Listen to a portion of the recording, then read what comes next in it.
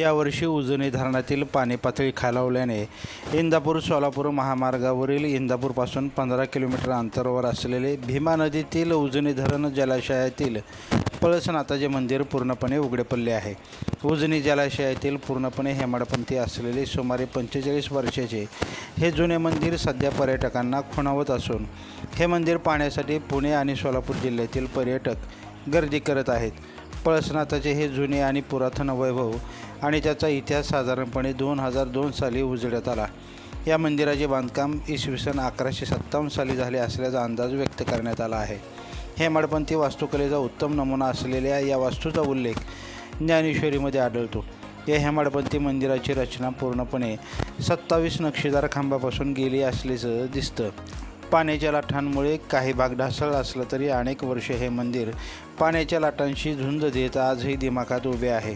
सध्या तरी हे हेमाडपंथी मंदिर पाण्यातून पूर्णपणे बाहेर आल्याने दररोज अनेक पर्यटक या मंदिराला भेट देण्यासाठी गर्दी करत आहेत. लाईव्ह महाराष्ट्र झोन न्यूजच्या यूट्यूब चॅनलला सबस्क्राईब करा, तसेच आमच्या फेसबुक पेजलाही फॉलो करा.